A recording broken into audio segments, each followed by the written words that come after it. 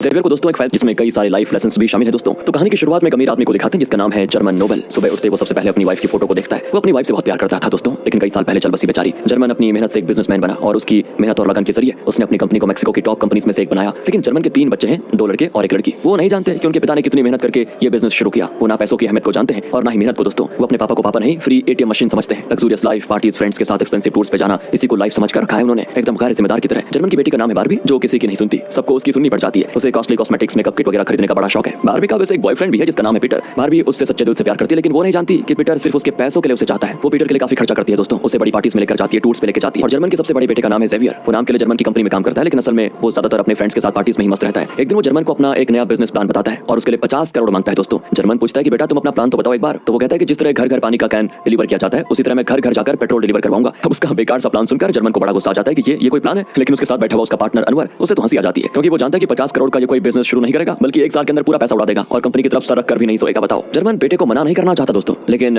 उसकी बात मानना भी नहीं चाहता। वो तो कहता है कि बेटा इस बारे में हम बाद में बात करेंगे। वो ज़ेवियर को दोस्तों एक फाइल देकर कहता है ये एक इंपॉर्टेंट मीटिंग का फाइल है, तुम्हें उस मीटिंग में जाकर इसे प्रेजेंट करना है। अगर ये डील सफल रहा तो मेरे बाद ये कंपनी मैं तुम्ही को दूंगा। अब इतना अच्छा मौका पाकर तो कोई भी बेटा सुधर जाए, है ना? लेकिन नहीं, अपना ज़ेवियर उस फाइल को अपने असिस्टेंट को पकड़ा देता है और कहता है कि सुनो, मुझे मियामी में एक जरूरी पार्टी में जाना है, तुम उस मीटिंग में चले जाना और अच्छे से प्रेजेंटेशन देना। और हाँ, किसी को कानो कान खबर नहीं होनी चाहिए कि मीटिंग में मैंने तुम गए थे। इस तरह असिस्टेंट को अपना काम सौंपकर ज़ेवियर अपने पापा की एक प्राइवेट जेट में अपने फ्रेंड्स के साथ मियामी चला जाता है। अब बड़े बेटे का यह हाल है तो छोटे भी कुछ कम नहीं होंगे। उसका नाम है कार्लोस, और कार्लोस की बात क्या करें दोस्तों, जहां लड़की देखी वहां उसकी फ्लर्टिंग शुरू हो जाती है। यहां तक कि अपनी कॉलेज की लेक्चर तक को नहीं छोड़ता। जैसे ये काफी नहीं था, वो नशा भी करता है। यह है जर्मन के 3 बच्चों की बिगड़ी हुई लाइफ। एक दिन असिस्टेंट जर्मन को बच्चों का खर्चे का बिल दिखाता है, जिसे देखकर जर्मन चौंक जाता है दोस्तों कि उनके पास इतनी बड़ी रकम कहां से आई। और तब वो रियलाइज करता है कि उसकी वाइफ ने एक ट्रस्ट शुरू किया था, जिससे आने वाली कमाई के 3 हिस्से करके उसने अपने तीनों बच्चों के नाम कर दिया था। उन्हीं पैसों को जर्मन के तीनों वारिस पानी की तरह बहा रहे हैं। जर्मन परेशान होकर अनवर को बताता है कि मुझे पैसों की चिंता नहीं है यार, मुझे तो इस बात का डर है कि मेरे बच्चे इस तरह बिगड़ चुके हैं, इस हद तक बिगड़ चुके हैं। बताओ उन्हें मैं सही रास्ते पर कैसे लेकर आऊं, मेरी तो कुछ समझ नहीं आ रहा, मेरे बाद इनका होगा क्या। तो अनवर कहता है वो गैर जिम्मेदार हैं तो इसमें भी तुम्हारा ही हाथ है। अपनी वाइफ के मारने के बाद तुमने एक बाप होने के नाते उन्हें कभी सही राह दिखाने की कोशिश तक नहीं की, तुम बस अपने बिजनेस को बड़ा करने में बिजी रहे, इसलिए वो बिगड़ गए। अब जर्मन को भी एहसास होता है कि अनवर ठीक कह रहा है, शायद मैं ही एक अच्छा बाप नहीं हूं, वरना मैं इस बात का ध्यान जरूर रखता कि बच्चे क्या कर रहे थे, क्या सोच रहे हैं इसके बारे में। उस दिन दोस्तों बारबी का बर्थडे होता है, यानी जर्मन की बेटी का, और वो अपने सारे फ्रेंड्स को पार्टी दे रही होती है। तब वहां एक वेटर को दिखाते हैं जिसका नाम है लुको। बारबी जानबूझकर उसे कोई ना कोई काम करवा रही होती है। वैसे बारबी बचपन से लुको को जानती है, क्योंकि लुको की आंटी कई साल से जर्मन के घर में काम कर रही है। लुको भी अक्सर उनके साथ जर्मन के घर आया करता था और फिलहाल वो एक शेफ है। बचपन से बारबी लुको को अपना नौकर मानती थी और उसे हमेशा तंग करती रहती थी। बड़ी होने के बाद भी वो लुको को नौकर ही समझती रही, लेकिन जर्मन ऐसा नहीं है। वो लुको को अपने बेटे जैसा मानता है, उससे बड़े प्यार से बातें करता है, क्योंकि लुको बहुत ही मेहनती लड़का है और हर काम बहुत ही लगन से करता है। इस वजह से जर्मन उसे बहुत पसंद करता है दोस्तों। अब जर्मन को एक नौकर के कंधे पर हाथ डालकर उससे बात करते हुए देखकर पीटर से रहा नहीं जाता और वो आकर जर्मन से कहता है कि अंकल मुझे पहचाना, मैं बारबी का बॉयफ्रेंड हूँ, मुझे आपसे बात करनी थी, थोड़ी पर्सनल बात है। पीटर को देखते न जाने क्यों दोस्तों जर्मन को उससे नफरत हो जाती है, लेकिन वो कहता है कि ठीक है चलो अंदर। वो पीटर को अपने ऑफिस लेके आता है। पीटर कहता है कि अंकल मैं बारबी से प्यार करता हूँ, उससे शादी करना चाहता हूँ, वो भी मुझसे शादी करना चाहती है। सुनकर जर्मन को गुस्सा आता है। वो अंदर से गन निकालते हुए कहता है कि अगर वो भी यही चाहती है तो मुझे कोई एतराज नहीं होना चाहिए, राइट? वैसे तुम काम क्या करते हो? पर असल में जर्मन जानता था कि बारबी पीटर से प्यार करती है, इसीलिए उसने किसी डिटेक्टिव के जरिए पीटर की जन्म कुंडली से लेकर उसकी पूरी हिस्ट्री पता लगा ली थी और इसीलिए वो इतना गुस्सा है दोस्तों। पूछता है कि सुनो, मेरी बेटी से शादी करके तुम लोग कहाँ रहोगे बताओ, वो तो कमाती नहीं है और तुम कितना कमा लेते हो, गुजारा कैसे कर पाओगे दोनों? तो पीटर कहता है कि अंकल मैंने कई बिजनेस शुरू किए हैं, लेकिन सबके सब फ्लॉप हो गए। अब मेरे पास एक और आइडिया है, तो मैंने सोचा अगर मैं बारबी से शादी कर लूं तो आप मुझे दहेज तो देंगे ही, उससे कोई और बिजनेस शुरू करके हम दोनों गुजारा कर लेंगे। जर्मन से और बर्दाश्त नहीं हो पाता और कहता है कि तुम दोनों की शादी सपने में भी नहीं हो सकती। क्या सपने में भी नहीं? दबाओ जाओ यहाँ से। इस पे बारबी को गुस्सा आ जाता है। वो कहती है कि मैं तो पीटर से ही शादी करूंगी बस। जर्मन डांटता है कि ये तुमसे 20 साल बड़ा है। चलो मान लिया प्यार में उम्र नहीं देखी जाती, फिर भी इसके पास ना कोई काम है ना धाम है। ये खुद मुझे बता रहा है कि जब ये कोई बिजनेस करता है तो फ्लॉप हो जाता है, ऐसे आदमी से शादी करोगी तुम? तो बारबी बड़ा कड़कर कहती है कि पापा मैंने आपकी इजाजत नहीं मांगी है, मैं फैसला सुना रही हूँ आपको। और रही बात गुजारे की, तुम आगे ट्रस्ट से जो मेरे हिस्से का पैसा आता है ना, उससे हम गुजारा कर लेंगे कहकर वो बाहर आ जाती है दोस्तों। और पार्टी में अनाउंस कर देती है कि मैं और पीटर जल्दी शादी करने वाले हैं। जर्मन जब ऑफिस आता है तो अनवर बताता है जिस मीटिंग में तुमने ज़ेवियर को भेजा था उसमें वो गया ही नहीं, वो अपने फ्रेंड्स के साथ पार्टी करने मियामी चला गया। जर्मन पर तो जैसे बिजली गिर जाती है दोस्तों, क्योंकि वो बहुत इंपॉर्टेंट मीटिंग थी। एक तरफ बेटी हाथ से निकल रही है तो दूसरी ओर बेटा आवारागर्दी कर रहा है। जैसा कि काफी नहीं था, छोटे बेटे कार्लोस के कॉलेज के प्रिंसिपल से ये खबर आ जाती है कि आपका बेटा पूरे कॉलेज का नाम खराब कर रहा है, ना ठीक से क्लास अटेंड करता है, ना ठीक से पढ़ाई करता है, दिन भर अपने फ्रेंड्स के साथ बैठा नशा करता है। उसकी वजह से कॉलेज की एक भी लड़की सेफ नहीं है, यहाँ तक कि उसने आज एक लेक्चरर के साथ गलत बर्ताव किया। अब उसे इस कॉलेज में नहीं रखा जाएगा, निकाल रहे हैं उसको, ले जाइए अपने बेटे को। एक ही दिन में इतना कुछ हो जाने से जर्मन को लगभग हार्ट अटैक आ जाता है, उसे हॉस्पिटलाइज किया जाता है। खबर सुनकर तीनों बच्चे हॉस्पिटल भागे आते हैं कि पता नहीं पापा को क्या हो गया। लेकिन यहाँ पापा को सही सलामत देखकर वो आपस में लड़ने लग जाते हैं कि पापा तो एकदम भले चंगे, मैं तो बहुत इंपॉर्टेंट पार्टी छोड़कर आ गया। दूसरा कहता है मैं अपने फ्रेंड्स को छोड़कर आ गया, तीसरा कहता है मैं तो ब्यूटी सैलून छोड़कर आ गई। इस तरह सबको अपनी अपनी पड़ी होती है। उनका बाप हॉस्पिटल में पड़ा है, इस बात को उनको जरा भी लिहाज नहीं है दोस्तों। वो कहते हैं कि हमें तो लगा कि पापा की जान को खतरा है, पर वो तो एकदम ठीक है। ओके पापा, अगर कोई सीरियस बात हो तो फोन कर देना, वरना हमें डिस्टर्ब मत करना कहकर तीनों चले जाते हैं। अब जर्मन खुद में कहता है कि इन बदमाशों को पैदा करके मैंने सच में बहुत बड़ी गलती कर दी है, इन्हें तो बाप से जरा भी प्यार नहीं है, प्यार छोड़ो मुझ पर रहम तक नहीं दिखा रहे। सोचकर जर्मन बहुत दुखी होता है। खुशकिस्मती से जर्मन को कोई मेजर हेल्थ प्रॉब्लम नहीं होती, उसे डिस्चार्ज किया जाता है। वो अनवर को बताता है कि अपने बच्चों को मैं इस तरह बर्बाद तो नहीं होने दूंगा, उन्हें लाइन पे लाने के लिए मेरे पास एक प्लान है, लेकिन उसमें तुम्हें मेरा साथ देना होगा। फिर वो अनवर को अपना प्लान बताता है। यहाँ से अगले दिन ज़ेवियर अपने फ्रेंड्स के साथ गुलछर उड़ा रहा होता है और तब उसको एक कॉल आता है, जिसे अटेंड करने के बाद वो जल्दी से घर आता है। दूसरी ओर बारबी कहीं खा रही होती है खाना और बिल भरने के लिए अपना क्रेडिट कार्ड देती है, लेकिन लगता है वो ब्लॉक हो चुका है। कार्लोस यहाँ लड़कियों के साथ फ्लर्ट करने के लिए योगा क्लास ज्वाइन कर लेता है। एक तरफ वो लड़कियों को ताकता है तो दूसरी ओर टीचर पर भी नजर रखे हुए है दोस्तों। उसे भी ये कॉल आता है, जिसके बाद वो टेंशन में घर आ जाता है। तीनों के क्रेडिट कार्ड्स, फोन वगैरह ब्लॉक हो चुके होते हैं। उनके घर के पास कई सारी पुलिस कार्ड्स आकर खड़ी होती हैं। वो घबरा जाते हैं ये हो क्या रहा है और हमारे क्रेडिट कार्ड्स ब्लॉक क्यों हो गए। तब दो लोग इनको पास ही के गेस्ट हाउस में लेकर जाते हैं और पुलिस ऑफिसर्स कर निकाल लेते हैं, पूरे घर को घेर लेते हैं। वो तीनों ये सब देखकर और कंफ्यूज। इतना ही नहीं, उनकी कार्ड्स को भी ये टो करके लेकर जाते हैं। तब जर्मन आकर कहता है कि आवाज मत करो, चुपचाप मेरे साथ आओ। कहकर वो तीनों को लेकर दीवार टाप कर एक टैक्सी में कहीं ले जाता है। बच्चे पूछते हैं क्या हो गया पापा अचानक से, ये हमारे घर पुलिस क्यों आ गई। जर्मन कहता है कि कंपनी का दिवाला निकल चुका है और मेरा पार्टनर अनवर मुझे धोखा देकर बच्चे कुछ पैसे लेकर फरार हो गया। अब हमारे पास एक पैसा नहीं बचा, कंपनी के शेयर होल्डर साथ धोकर हमारे पीछे पड़े हुए हैं। अगर तुम लोग वहां रहते तो तुम्हें भी पुलिस पकड़ लेती, क्योंकि तुम्हारे नाम पे भी कई सारे शेयर्स हैं, इसलिए मैं तुम्हें बचा ले आया। और अब हम तुम्हारे दादाजी के पुराने घर में जाकर रहने वाले हैं, किसी को कुछ पता नहीं चलेगा, वहीं हम सेफ रहेंगे। कल तक हम बिलियनर्स थे बेटा, लेकिन आज हमें अगले वक्त का खाना खाने के लिए काम करना पड़ेगा। वैसे दोस्तों ये सब कुछ जर्मन का प्लान था, पर बच्चे ये बात नहीं जानते। पूरा दिन सफर करने के बाद आखिर एक सुनसान इलाके में पहुंच जाते हैं, जहां पे एक पुराना टूटा फूटा घर होता है। यही है जर्मन के पापा का घर, जहां इनको रहना है। तीनों तो डर डर के अंदर जाते हैं कि न जाने ये घर कब टूटकर हमारे सर पे गिर जाएगा। नल खोलते हैं तो सिर्फ हवा आती है, सबके सब शॉक होते हैं।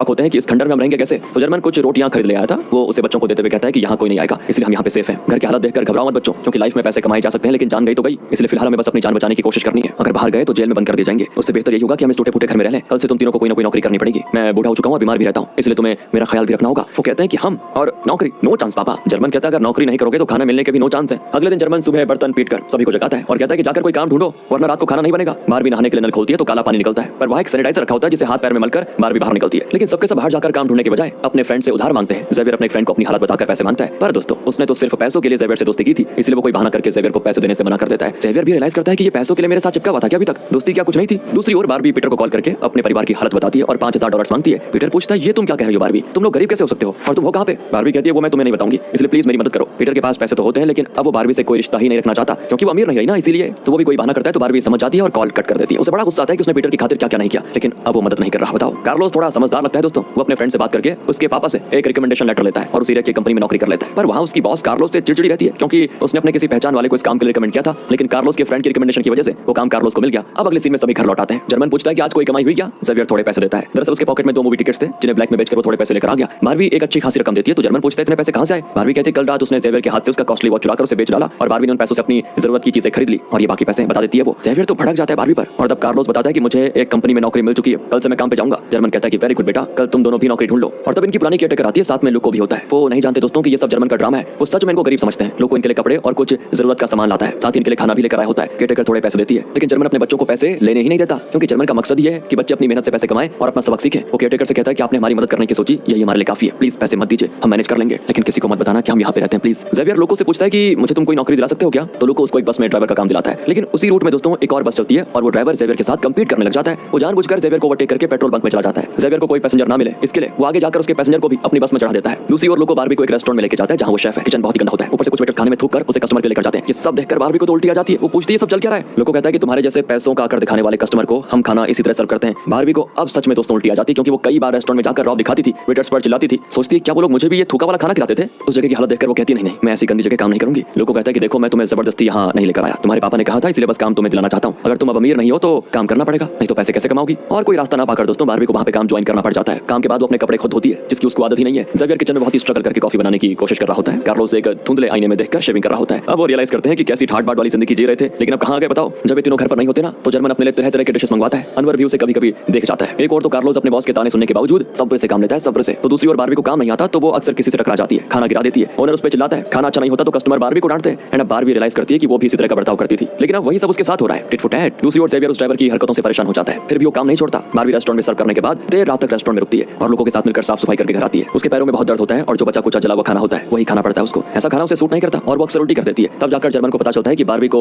एक ईटिंग डिसऑर्डर है, जिसकी वजह से वो कम समय में बहुत ज्यादा खा लेती है और उसके बाद उल्टी करती है। बचपन से दोस्तों उसको ये डिसऑर्डर था, लेकिन जर्मन को इसके बारे में आइडिया ही नहीं था। वो पूछता है कि तुमने मुझे बताया क्यों नहीं बेटा, पता होता तो मैं इसका इलाज करवा देता। बारबी कहती कैसे बताती पापा, आपको हमारी बातें सुनने का टाइम ही कहाँ था, आपको तो बस अपना बिजनेस चलाना था ना। कभी आपने हमारे साथ 5 मिनट बिताए नहीं ना, बैठकर हमसे 2 बातें की क्या नहीं ना। मेरी हालत कार्लोस और ज़ेवियर जानते हैं और तो और माँ भी जानती थी, सिर्फ आपको ही नहीं पता था पापा, क्योंकि सुनने का वक्त नहीं था आपके पास। कहकर वो इस तरह चली जाती है और जर्मन को भी कहीं ना कहीं गिल्टी फील होता है, क्योंकि बारबी की बहुत सी बात सच भी है। वो वैसे अपने बच्चों को लाइन पर लाने के लिए उनको यहाँ लेकर आ गया, लेकिन अब वो खुद अपनी गलतियां जानने लगा है और वो उन्हें वक्त देता है और सही राह दिखाता है। अगर वो उन्हें वक्त देता और उन्हें सही राह दिखाता तो शायद वो इस कदर बिगड़ते ही नहीं। वो समझ जाता है कि कहीं ना कहीं गलती मेरी है। फिर लोग बारबी को ट्रक में कहीं लेकर जा रहा होता है। बारबी को ठंड लगती है तो लोग उसको एक जर्किन और नए शूज भी देता है, क्योंकि फिलहाल बारबी के पास पैसे नहीं है। उसका केयरिंग नेचर बारबी को बड़ा अच्छा लगता है। दूसरी ओर पीटर अपनी नई गर्लफ्रेंड के साथ गोल्फ खेलने जाता है, जहां वो अनवर को देख लेता है। दोस्तों पीटर हैरान रह जाता है, क्योंकि बारबी ने उसको ये बताया था कि पापा का पार्टनर अनवर धोखा देकर कंपनी का दिवाला कर गया और बाकी बचे कुछ पैसे लेकर फरार हो गया। अब उसे यहाँ देखकर पीटर को थोड़ा शक हो जाता है। कुछ दिन दिन के बाद दिखाते हैं कि कार्लोस का काम काफी अच्छा चल रहा होता है और उसकी बॉस उससे अब चिढ़ती भी नहीं। लुको और बारबी रेस्टोरेंट के लिए चीजें खरीदने मार्केट जाते हैं, स्ट्रीट फूड खाते हैं, वहाँ मस्त एंजॉय करते हैं। बारबी के लिए सब नया होता है लेकिन वो इस लाइफ को एंजॉय करने लगती है। जेवियर और दूसरे ड्राइवर के बीच अब भी लड़ाई होती रहती है। इस बार तो मारपीट होने लगती है और तब उस ड्राइवर के पॉकेट से एक बिजनेस रिलेटेड बुक गिरता है। ताज्जुब की बात तो यह है दोस्तों कि जेवियर के पास वही बुक होता है। जेवियर पूछता है क्या तुम ऐसी बुक्स भी पढ़ते हो? तो वो कहता है हाँ, मुझे बिजनेस बुक्स पढ़ना बहुत ही अच्छा लगता है, खासकर ये बुक तो लाजवाब है। दोस्तों कॉमेडी की बात यह है कि जो लोग एक दूसरे की जान के पीछे पड़े हुए थे वो इस बुक के बारे में बात करने लगते हैं और थोड़ी देर में इनकी अच्छी दोस्ती हो जाती है। दूसरी ओर बारबी को सैलरी मिलने वाली आज, उसने इस महीने काफी अच्छा खासा टिप्स कमाया था, लेकिन ओनर टिप्स में से थोड़ा काटकर उसको पैसे देती है और बारबी भड़क जाती है कि टिप मेरी थी, उसके लिए मैंने मेहनत की तो मुझे मिलने चाहिए ना सारे पैसे। फिर लोग उसे शांत करके एक और लेकर जाता है और समझाता है कि यहाँ तो ऐसे ही चलता है यार, लड़ने से कोई फायदा नहीं है। बारबी बहुत दुखी होती है क्योंकि उसने पूरा महीना मेहनत किया, अच्छा काम किया, टिप्स कमाए, लेकिन ओनर उसमें से भी पैसे खा गई। वो ये भी रियलाइज करती है कि पहले तो वो लाखों में खर्च करती थी, पैसों की उसको चिंता नहीं होती थी, लेकिन आज उसको ये $100 बहुत बड़ा अमाउंट है उसके लिए। अब उसे पैसों की अहमियत समझ में आ गई है कि पैसा कमाना कितना मुश्किल है। फुट फुट कर रो देती है वो। लुको उसे दिलासा देता है और घर पर सभी दोस्तों अपना सैलरी कवर जर्मन को देते हैं और घर खर्च के बाद कुछ पैसे बच भी जाते हैं जिससे वो इस घर को रेनोवेट करने लग जाते हैं। ये सब कुछ देखकर जर्मन को बड़ी खुशी होती है कि बच्चे सुधर रहे हैं और वीकेंड्स पर सभी मिलकर खाना पकाकर साथ में बैठकर खाते हैं, खासकर एक दूसरे से हंस कर बातें करते हुए बहुत ही खुश रहते हैं सभी। और पता है जब वो अमीर थे तो ऐसा मौका उनको कभी मिला ही नहीं था, ऐसा एनवायरमेंट कभी क्रिएट हुआ ही नहीं क्योंकि सबके पास पैसे थे, वो अपनी अलग लाइफ जी रहा है, अपनी अलग वो अलग। फिर दोस्तों जेवियर अपने काम की जगह पर कई दोस्त बना देता है। बारबी भी अपने काम में काफी माहिर हो चुकी होती है। लुको और बारबी के बीच यहाँ नजदीकियां भी बढ़ती हैं। शुरू में उसे जो काम अच्छा नहीं लगा अब वो उस काम को पसंद करती है। तीनों मिलकर इस घर को रेनोवेट करते हैं। लगभग भूल ही चुके थे कि वो कितने अमीर थे पहले, उन्हें अब ये लाइफ पसंद आ जाती है। अब एक दिन की बात है दोस्तों, रेस्टोरेंट में ना पार्टी चल रही होती है, सभी बड़ा एंजॉय करते हैं और यहाँ दोनों रियलाइज करते हैं कि वो एक दूसरे से प्यार करते हैं। कौन दोनों? बारबी और लुको। और दोनों किस करते हैं। दूसरी ओर पीटर तो अनवर को पकड़कर उससे सारी सच्चाई पता लगवा लेता है। यहाँ बारबी को मिलती है इस महीने की सैलरी और इस बार उसको $400 का टिप दिया जाता है। वो लुको से कहती है आज एक आउटिंग हो जाए क्या, मजा आएगा। लुको कहता है पर आज तो मेरा नाइट शिफ्ट है। पर असल में दोस्तों वो जानता है कि बारबी का एक बॉयफ्रेंड है और अगर वो बारबी की लाइफ में वापस आ गया तो शायद बारबी लुको को छोड़ देगी, इसी डर से वो बारबी के साथ क्लोज नहीं होना चाहता। दूसरी ओर पीटर सच जानकर सीधे जर्मन से मिलने आ जाता है। जर्मन तो चौंक जाता है कि तुम्हें इस जगह का कैसे पता चला। वो कहता है कि वो क्या है अंकल, मैंने आपके पार्टनर का पता लगाया और उससे सब कुछ पता किया कि आप अपने बच्चों को कैसे धोखा दे रहे हैं, उनसे झूठ बोलकर उनसे इतनी मेहनत करवा रहे हैं। तो जर्मन कहता है कि अपना मुंह बंद करने का कितना लोगे। पीटर कहता है बारबी की शादी मुझसे करवा दीजिए और अपनी प्रॉपर्टी का आधा हिस्सा मुझे दे दीजिए। जर्मन साफ इंकार कर देता है। तो वो कहता है कि देखो अंकल, अगर मैंने आपके बच्चों को सच बता दिया ना तो सबके सब आपके दुश्मन बन जाएंगे कि पापा ने हमें इतने बड़े धोखे में रखा, इसलिए मेरी बात मानिए, इसके अलावा आपके पास कोई रास्ता भी नहीं बचा। इतने में वो तीनों आ जाते हैं। पीटर को देखकर बारबी उससे लिपट जाती है और पूछती है तुम्हें इस जगह का पता कैसे चला। वो तो रोमांटिक डायलॉग झाड़ता है कि जब दिल में प्यार होना तो सब पता चल जाता है डार्लिंग। और यहाँ पर दोस्तों वो एक बड़ा षड्यंत्र रचता है। कहता है मेरे पापा की कुछ प्रॉपर्टीज दूसरे शहर में थी, उन सबको मैंने अच्छी रकम पे बेच दिया और उस रकम से मैंने तुम्हारे उस बड़े घर को ही नहीं तुम्हारे बिजनेस को भी छुड़ा लिया। अब तुम लोग अपने उस बड़े घर में अपनी पुरानी लग्जरियस लाइफ वापस पालोगे, हम सभी मिलजुल कर खुश रहेंगे। जर्मन चौंक जाता है लेकिन वो कुछ कहता नहीं क्योंकि अगर वो बता देगा कि पीटर झूठ बोल रहा है तो पीटर भी बता देगा कि कंपनी का कोई दिवाला नहीं निकला, तुम्हारा बाप तुमसे झूठ बोल रहा है। इसीलिए दोस्तों जर्मन कुछ नहीं कहता। इस घर में ताला लगाकर सभी अपने अपने घर जाने के लिए निकल जाते हैं।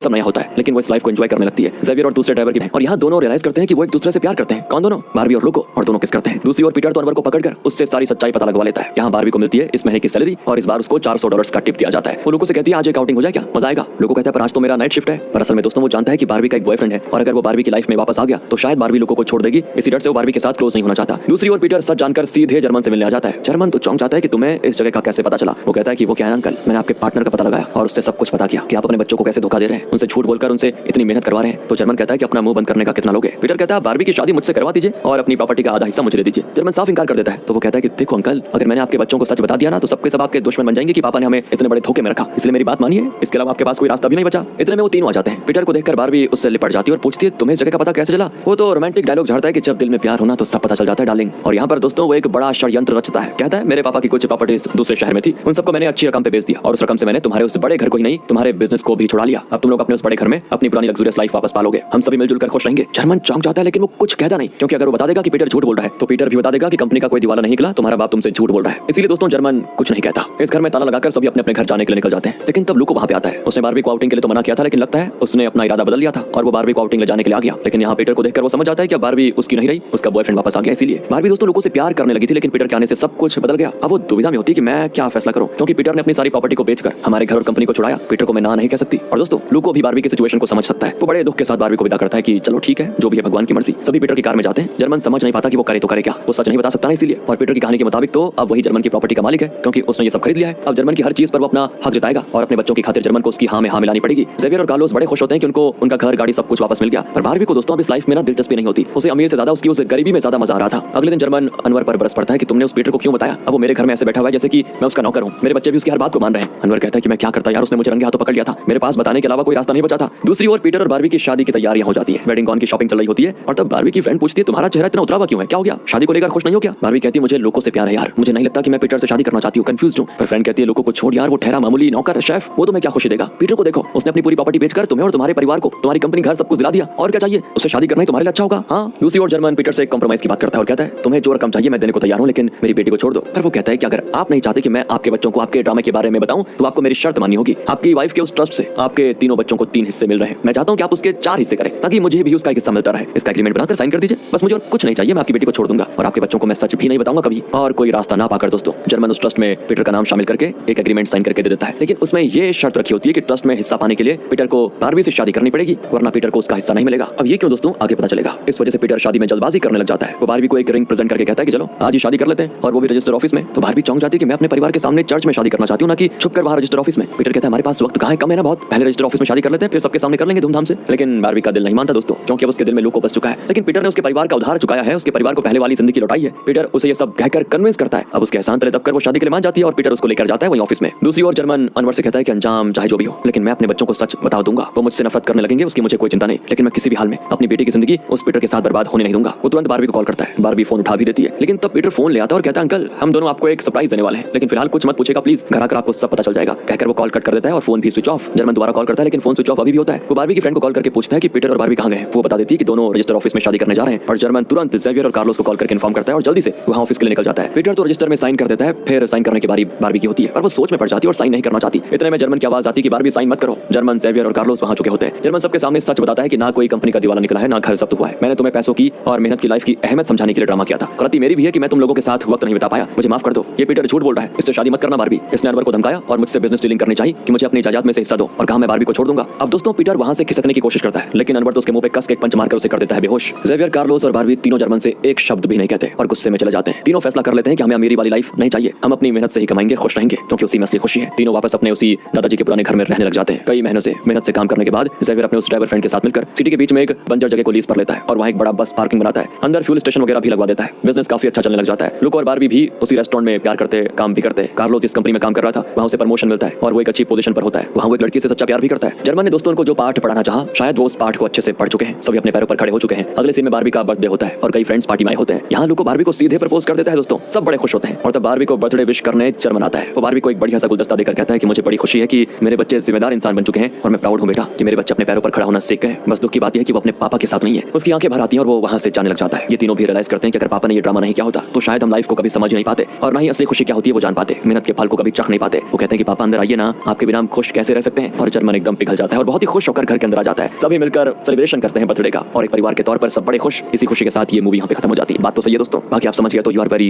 इंटेलिजेंट।